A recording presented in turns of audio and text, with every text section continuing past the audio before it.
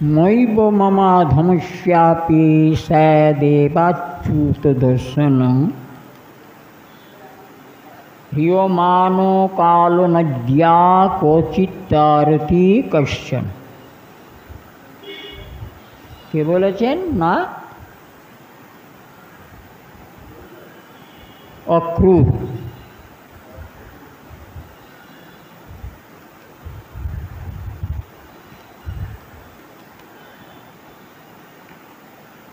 কত বড় ভরসা অন্তরে, তাই না? উপস্থিত শুধু কৃষ্ণ ভক্তিরস তনুমন সমগ্র ভক্ত সদস্যবৃন্দ, শ্রীমান মহাপ্রভু কর্তৃক সনাতন গোস্বামী পাদের নিকট সাধ্য সাধন তত্ত্ব বর্ণনাক্রমে এই দ্বাবিংশতি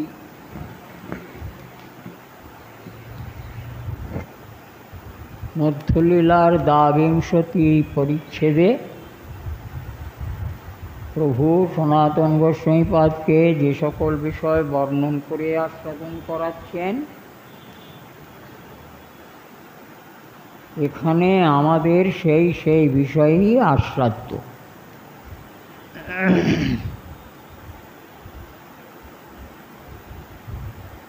কত বড় অন্তরে ভরসা থাকতেই পারে।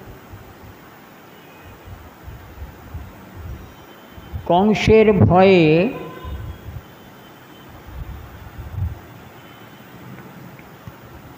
সবাই দূর দূর বন্ধু দেশে গিয়ে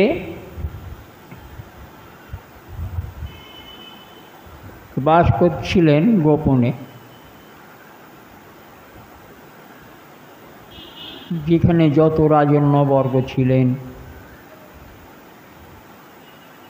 তাদের পরিবার সকলকে সঙ্গে নিয়ে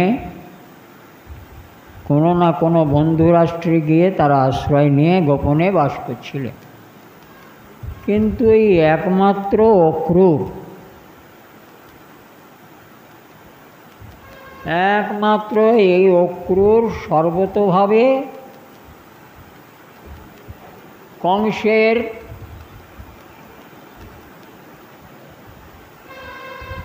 মনোগত ভাব অনুভব করে সেই প্রকারে তার অনুগত হয়ে তার বাক্যাদি সকলকে তিনি পালন করতেন। তাই অক্রূর কংসের প্রিয় মিত্র।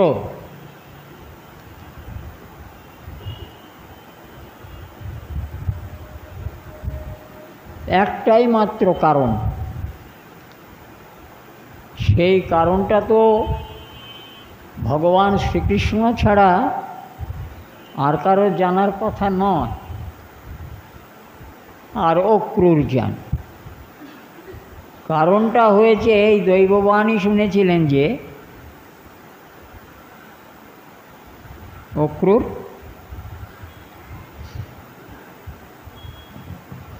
যে দেবকীর অষ্টম গর্ভের সন্তান তোর হন্তা হবে, তো এটা শুনেছিলেন তো? অক্রূর শুনেছে, অক্রূর জানেন। আর ওই আশায় এই যে নিজের সমস্ত ভয় বিপদ সমস্ত কিছুকে তুচ্ছ করে শুধু ভগবত দর্শন লালসা,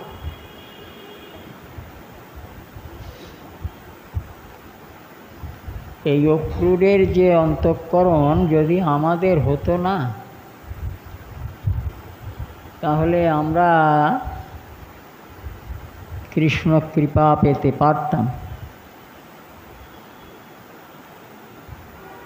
কিন্তু আমাদের ভজনে আমাদের অনুরাগে সেই প্রকার আঠা নেই, করতে হয় করি, আঠা নেই, আশা নেই, ভরসা নেই। কৃষ্ণের উপরে আমাদের পূর্ণ ভরসা নেই,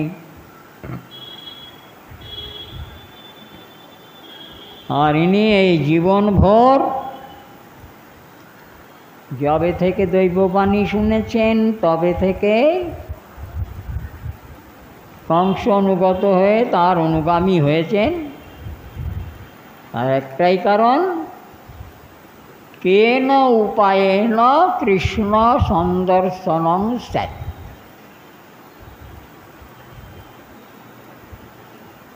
আমি জানি ভগবান শ্রীকৃষ্ণ অষ্টম গর্ভ সন্তান, ভগবান শ্রীকৃষ্ণ আসবেন, ভগবান আসবেন।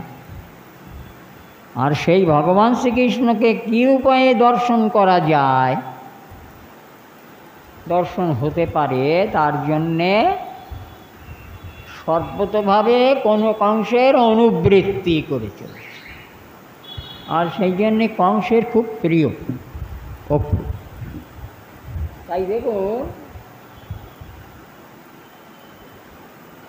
ভগবান হচ্ছেন অন্তর্যামী, সবার পরিচালক। কংস তো তা জানেন না।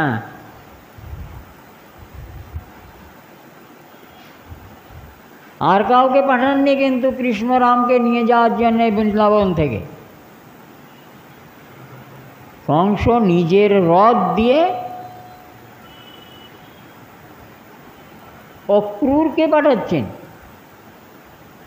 তুমি রামকৃষ্ণ দুজনকে নিয়ে এসো। তাহলে অন্তরের ভাবনার যে আঠা, তার শক্তি নেই, কৃষ্ণ জানেন না। কংসের তো কত অনুচর ছিল, তো অক্রূরকেই কেন পাঠালেন?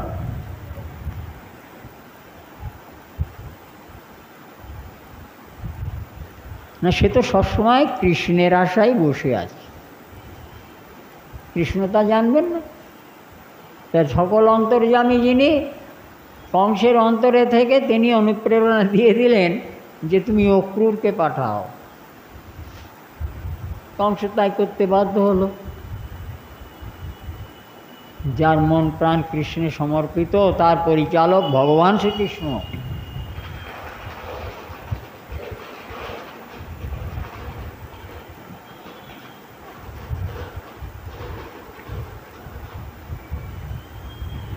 তিনি জানেন সব, অক্রূর ভাব জানেন, সব কিছু জানেন। আর সম্বন্ধে অক্রূর কৃষ্ণের কাকা।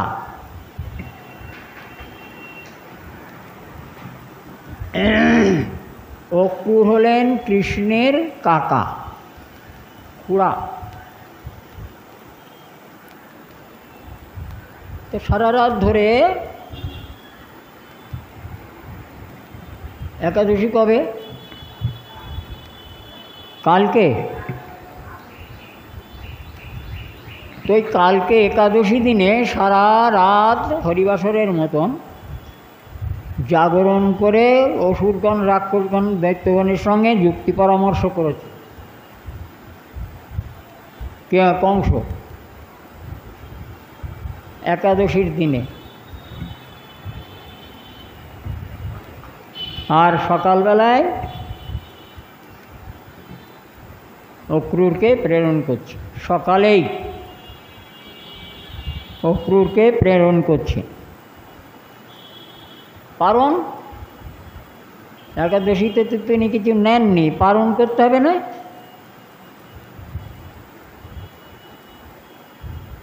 তার পারণটা কীভাবে করলেন? তো সে কথা তো বলা নেই, তো নিয়ে ঘাঁটাঘাঁটি করে দরকার নেই।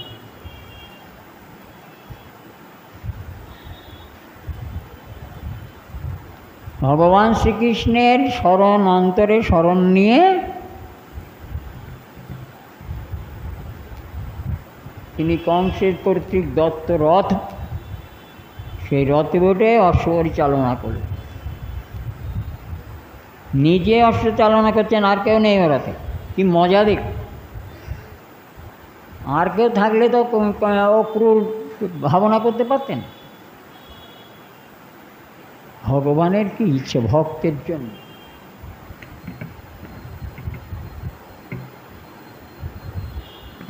চলছেন চলছেন চলছেন।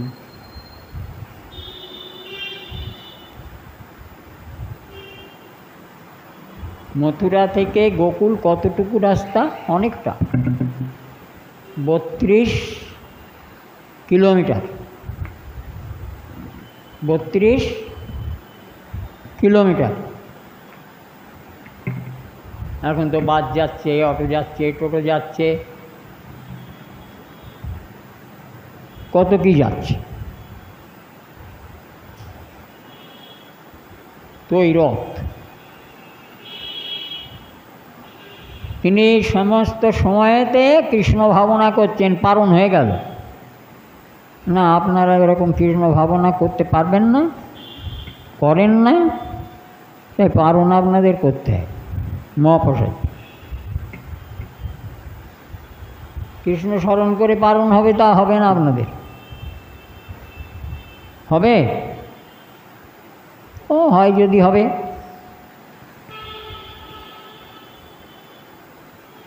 পারণের সময় যদি মনে হয় উত্তীর্ণ হয়ে যাচ্ছে, তা কৃষ্ণ স্মরণ নিতেই হবে।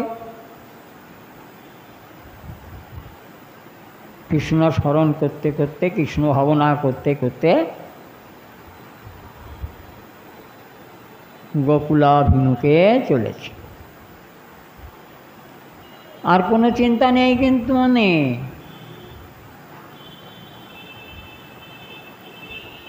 শুধু কৃষ্ণের চিন্তা। যেতে যেতে যমুনায় যখন এসে উপস্থিত হয়েছেন, তখন দুপুরবেলা।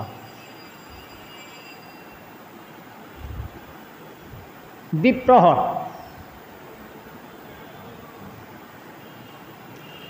সেই দ্বীপ্রহরের সময় যমুনায় এসে উপস্থিত হয়েছে।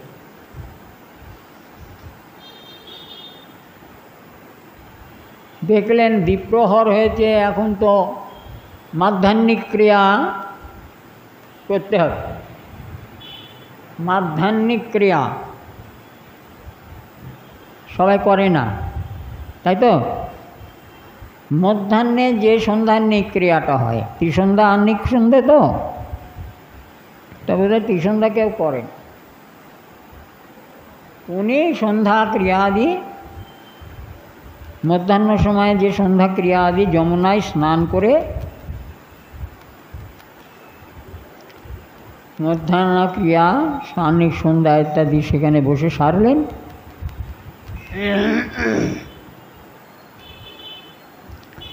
সেরে রথে আরোহণ করে রথ চালনা করল।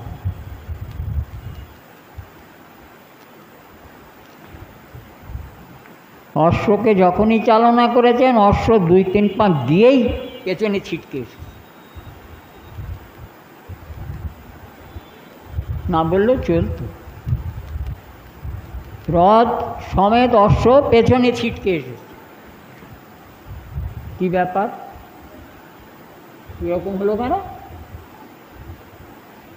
টানেতে পেছনে ছিটকে এসেছে। এরকম হলো কেন? অক্রূর ত্রাগ করে লাফ দিয়ে খুঁজতে খুঁজতে দেখেন কি পেছনে ঘুরোর সঙ্গে একটা দড়ির মতন কি জড়ানো রয়েছে। আর সেই দড়িটা একটা গাছের ওপর থেকে তার সঙ্গে পেঁচ আটা রয়েছে। দেখতে দেখতে গাছের সামনে গিয়ে একটা বড় জামরুল গাছ। যখন দাঁড়ালেন তখন হনুমান ওখান থেকে তড়াক করে নিচে লাফ দিল। হনুমান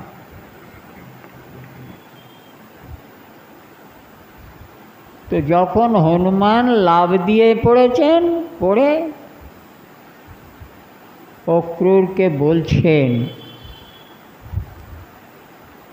যে অক্রূর, তুমি যে ভক্ত, তা আমি অন্তরে পূর্ণরূপে অবগত হয়েছি। আমি মনে করেছিলাম যে তুমি কংসের অনুচর হয়ে রামকৃষ্ণের সর্বনাশ করবার জন্যে তাদের নিতে এসেছ। শোনো, পূর্বে এই প্রকারেই রাবণ মা সীতাকে হরণ করেছে, তাই আমি তোমার রথকে আটকেছি। তুমি ভক্ত, আমি অন্তর বুঝতে পেরেছি বলে দুজনা জড়াজড়ি, গলাগলি, দুজনায় ভক্তিতে প্রেমে অশ্রুপাত ইত্যাদি করে হনুমানের অনুমতি নিয়ে অক্রূর আবার রথ চালায়।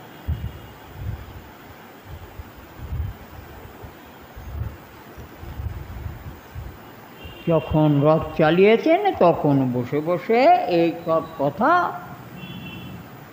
চিন্তা করছে। প্রায় বৃন্দাবনের কাছাকাছি, ব্রজের কাছাকাছি প্রায় এসে গিয়েছেন। সেই সময় এসব ভাবনা করছে।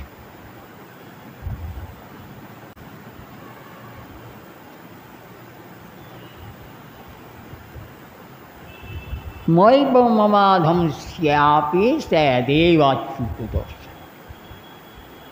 না, ভগবান শ্রীকৃষ্ণ তো আমার মন জানছেন।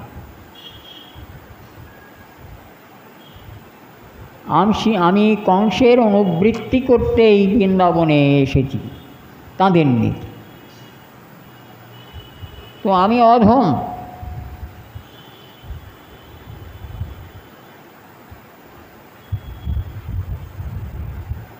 আমার প্রতি কি ভগবান শ্রীকৃষ্ণের কৃপা হবে? অচ্যুত দর্শন কি আমার হবে?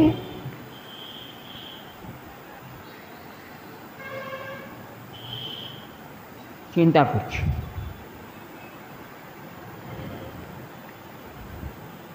কেন হবে না? নিশ্চিত আমার দর্শন। কেন? তিনি অন্তর্যামী। আমি যে তাঁর চরণ কমল ছাড়া আর কিছু চিন্তা করি না, এটা তিনি ছাড়া আর কেউ জানবে না। কে জানবে? তাই হিয়মান কালনজ্ঞা, এই সংসার চক্রে পরমায়ুরূপ কাল নদীতে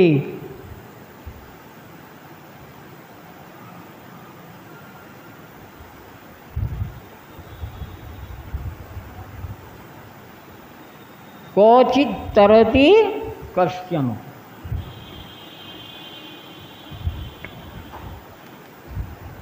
क्वचित् कखनो कखनो বা কেউ কেউ, কখনো কখনো, ক্বচিৎ। আর কশ্চন মানে কেউ কেউ।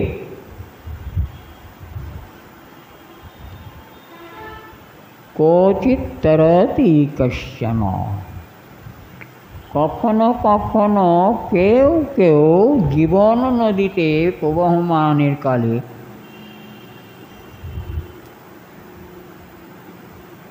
যেমন কখনো তীর পেয়ে যায়, অর্থাৎ এই সংসার চক্রে ভ্রমণ করতে করতে কেউ কখনো সংসার মুক্ত হয়ে যেতে পারে, সংসারের তীরে গিয়ে উপস্থিত হতে পারে, পার হয়ে যেতে পারে। তেমনি আমিও বা এই সংসার চক্র ভ্রমণ করতে করতে আমিও যে পার হতে পারবো না, এটা বা কী করে হয়? আমি নিশ্চিত কৃষ্ণের কৃপা লাভ করব।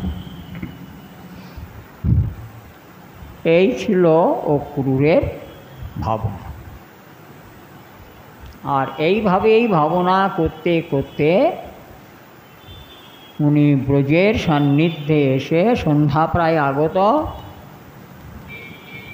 অপরাহ্ন সময়ে ভগবান শ্রীকৃষ্ণ তখন সখাবলকে সঙ্গে নিয়ে, গোধনকে সঙ্গে নিয়ে গোষ্ঠে ফিরে গিয়েছে। আর তারই পেছনে পেছনে তখনও গোষ্ঠে ধুলো উড়ছে, গরুর পায়ের খুঁড়ে ধুলো একেবারে অন্ধকার করে দিয়েছে। সেই সময় অক্রূর তার মধ্যে এসে উপস্থিত। তারপরের কথা আমার দরকার নেই, এখানে অনেক ভালো ভালো কথা। এখন কথা হলো, তিনি যেটা বলেছেন আমাদেরও সংসার চক্রে এই প্রকারে কৃষ্ণের পাদপদ্ম ধরে ভাবনা করা উচিত।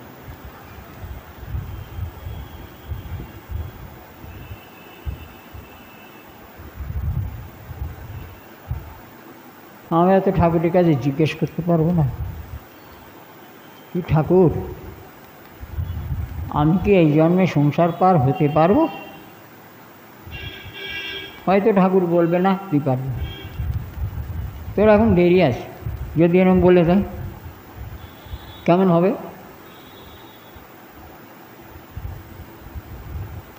কেন ঠাকুর তুমি কৃপা করবেন? আরে তোর মন এখনো তো তৈরি হয়নি। অক্রূরের রথে ন্যাজ জড়িয়ে দিয়ে তাকে যেমন পেছনে টেনেছিল হনুমান, তোর অনেক কিছু এরকম পেছনে টেনে ধরে আছি, তুই ছাড়তে পারিস। কি গো, কথাগুলো ঠিক আছে নাকি ঠিক নেই?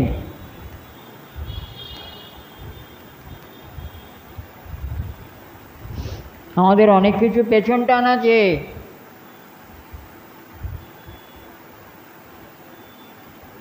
আমৃত্যু আমাদের পেছন টান যাবে না। সে গল্প বলেছিলাম না, চোরের গল্প। চোর, সে চোর একদিন এক বনের মধ্যে দিয়ে যাচ্ছে, অন্য কোথাও চুরি করবে বলে যাচ্ছে। তো যেতে যেতে হঠাৎ বনের মধ্যে দেখে কি এক সাধু, তার জটা জুটো ধারি দাড়ি, সে এক জায়গায় এক আসনে বসে ভগবান শ্রীকৃষ্ণের ধ্যান।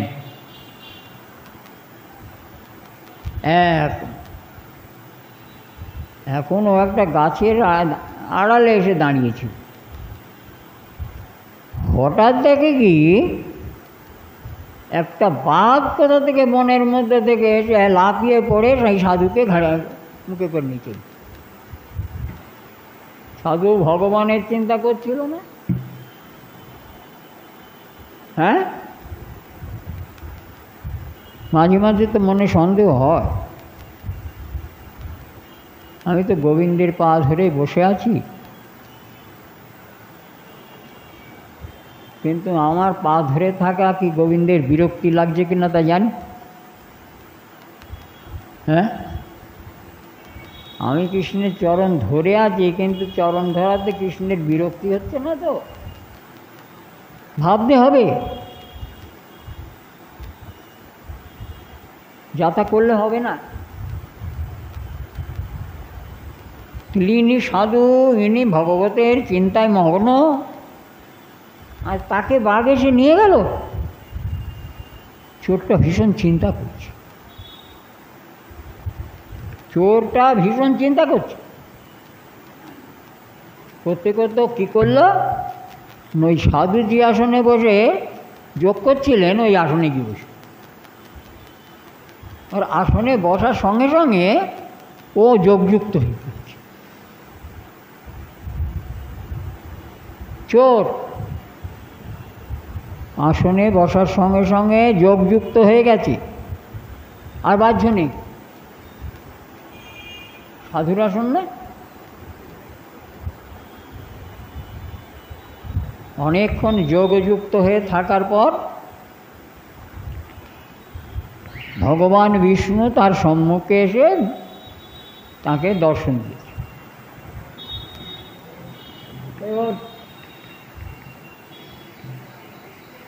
আমি এসেছি, বল তোর কি প্রার্থনা। বলছে, ঠাকুর তুমি আমায় কি বলে দর্শন দিলে? আমি তো চোর, চুরি করে খাই, আমায় দর্শন দিলে কেন? না বল তোর কি চাই, কি বর চাস? আমি কোনো বর টর কিছু চাই না, আমি জানিও না বর চাইতে হয়, শুধু সাধুর আসনে বসা মাত্রে আমি তোমার সঙ্গে যোগযুক্ত হয়ে গেছি, আর তুমি এসেছো। তো ঠাকুর তুমি শুধু এইটা বলো তো, যে সাধু সত্যিকারের সাধু, যে তোমার যোগ সাধনা করছিল, তাকে কেন বাঁধে ধরবে? আমার এই বড় প্রশ্ন।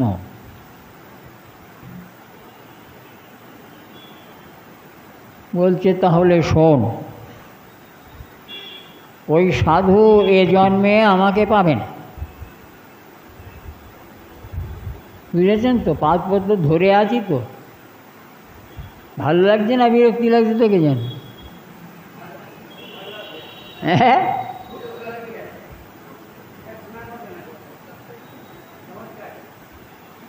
বলছে ওই সাধুর এখনো সময় হয়নি, এ জন্মেও আমাকে পাবি না। আর তুই চুরি করলেও অন্য জন্মের সাধনার এতটুকু বাকি ছিল, সেই সাধনাটুকু সাধুর আসনে বসার সঙ্গে সঙ্গে তোর যোগযুক্ত হয়ে যায়, আর ওই সময়টুকু প্রাপ্ত হয়ে গেল। আর তাই তোকে আমি কৃপা করবার জন্যে এসেছি, তোর সাধনার সিদ্ধি। বল কি চাস? ঠাকুর আমি কিচ্ছু চাই না। একটা চোর চুরি করে খায়, সে বললো, ঠাকুর আমি কিচ্ছু চাই, তোমার চরণে আমাকে ঠাঁই দাও, চল আমার সঙ্গে। সঙ্গে সঙ্গে বিষ্ণুদূত সেখানে রথ নিয়ে এল, আর সেই রথে চড়িয়ে চোরের দেহ পড়ে থাকলো, দিব্য শরীর দিয়ে ভগবান বিষ্ণু তাকে নিজের লোকে নিয়ে গেলেন। হায় রে হায়, কার কি হবে তা জানা নাই। খুব বড় বড় তো লেকচার দিচ্ছি, ভজন করছি, অমুক করছি, তমুক করছি, উপদেশ দিচ্ছি অন্যকে, নিজের কি হবে তা তো বুঝতে পারছি না।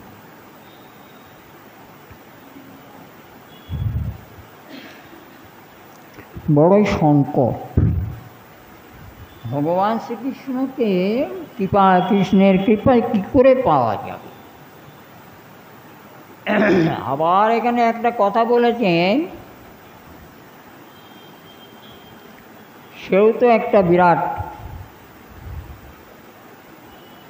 হতাশার কথা আর কি বলতে পারি, আমি আবার আশার কথাও বলতে পারি।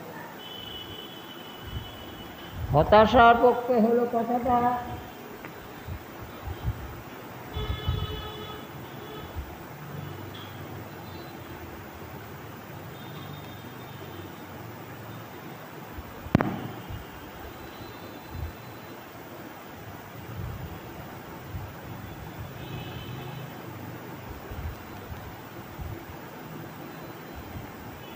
কোনো ভাগ্যে কারো যদি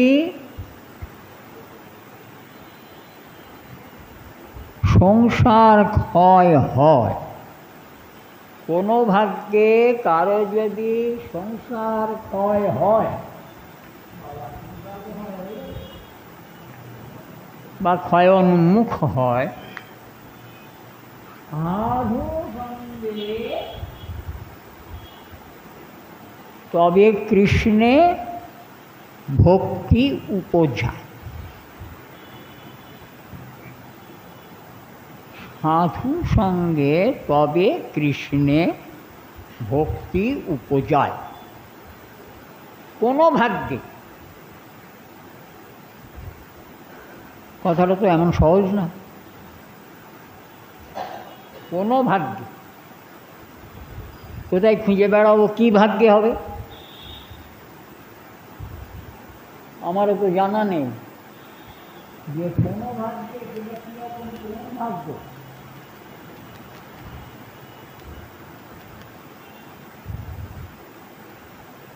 কোনো ভাগ্যে কারো যদি কারো সংসার ক্ষয়োন্মুখ হয়, যদি সংসার ক্ষয়োন্মুখ হয়, সাধু সঙ্গে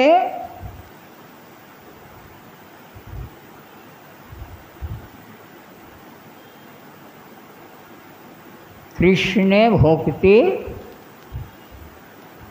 উপজায়, তাহলে যে কোনো জন্মের যে কোনো ভাগ্য, সেটা শ্রবণ হোক, কীর্তন হোক, সাধু কোনো সময় কোনো মহতের সঙ্গলাভ হোক, যে কোনো উপায়,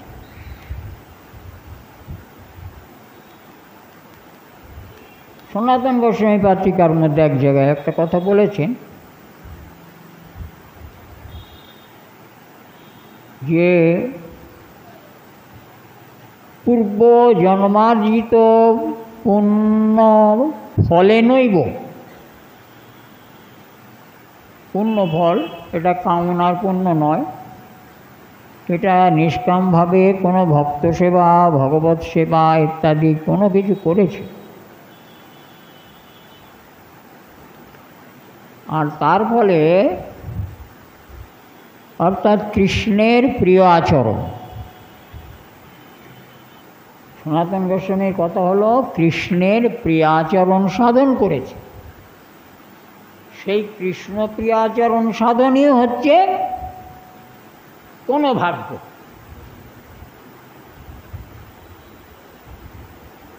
মনে থাকবে কথাটা, এখানে কোনো ভাগ্য শব্দটা কৃষ্ণের প্রিয়াচরণরূপ কর্ম পূর্বজন্মে কখনো করেছিল, কৃষ্ণ প্রীত হয়েছিলেন, আর কৃষ্ণ প্রীত হয়ে তাদের স্বয়ং তো কৃষ্ণ আসবেন না, সাধু সঙ্গ ঘটে, ভক্ত সঙ্গ ঘটে, ভাগবত সঙ্গ ঘটে, ইত্যাদির দ্বারা ভগবতে নৈষ্ঠিকী বুদ্ধি, নিষ্ঠা বুদ্ধি জন্ম করে, এমনি এমনি নয়। এখানে কেউ জন্ম নিয়েই কৃষ্ণ ভক্তি লাভ করেনি, যদি করে তা জানতে হবে কোনো ভাগ্যে পূর্বজন্ম, তাহলে নৈষ্ঠিকী বুদ্ধি লাভ হয় কৃষ্ণতে।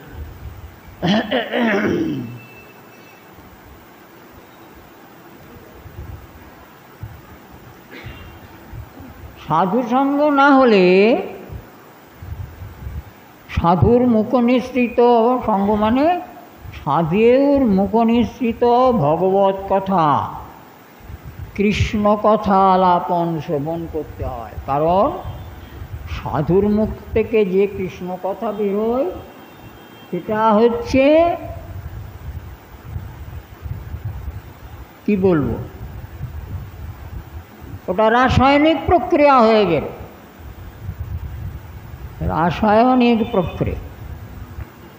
আগে শুনেছি অনেকবার, বটের ফল যেমন পাখির পেটের মধ্যে তাপ এবং চাপের ফলে একটা রাসায়নিক প্রক্রিয়া হয়, আর প্রক্রিয়া হবার পর সে যখন সেই বটের ফল তো হজম হবে না, যেমন বটের ফল তেমনই সে মলত্যাগ করবে।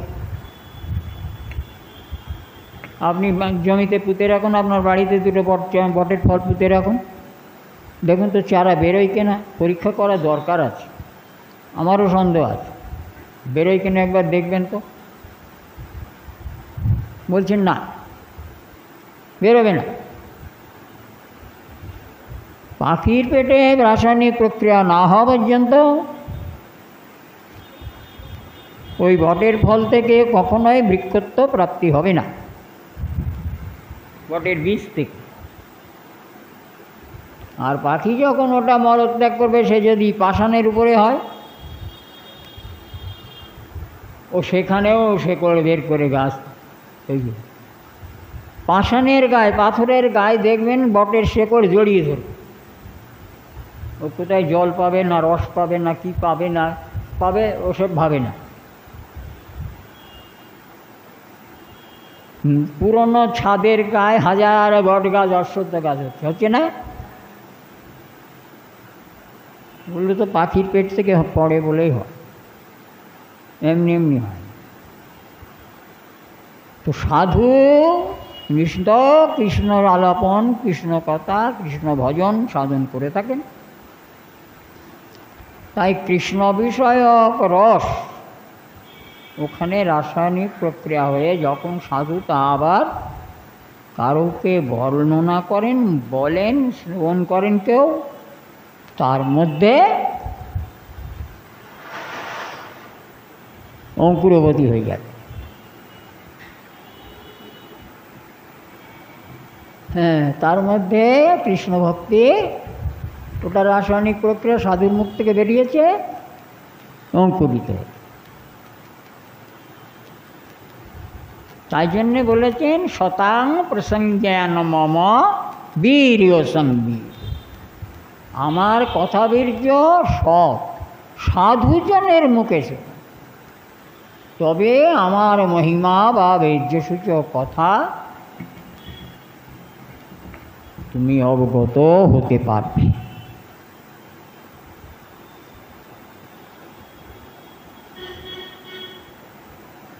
তাই বললেন যে কারো যদি সংসার ক্ষয়োন্মুখ হয়, সাধু সঙ্গে তবে কৃষ্ণে ভক্তি উপজায়। এই সাধুর কথাবার্তা শুনে, সাধুর কৃপাতে বা ভগবত চরণে আসে, ভগবতে ভক্তি করতে থাকে, হয়ে গেল। ভগবতে নিষ্ঠা ভক্তি জন্মালেই হয়ে গেল, তার সংসার উদ্ধারের কাজ প্রক্রিয়া শুরু হয়ে গেল। তো আপনারা এখানে যারা ভজন করতে এসেছেন, প্রত্যেকেই এবং প্রকার শক্তির আধার। আপনাদের কৃষ্ণে নিষ্ঠা জন্মে গিয়েছে, কৃষ্ণে ভক্তি জন্মে গিয়েছে, এটা সাধুসঙ্গের ফল থেকে এসেছে। এই ছিল একটি শ্লোকের কথা, আর কথা বাড়াবো না, আজকে এই পর্যন্ত থাক। আবার আগামী দিন আমরা আস্বাদন করব, ঠাকুর যদি আনেন। নিতাই গৌরী সীতানাথে প্রেমানন্দে।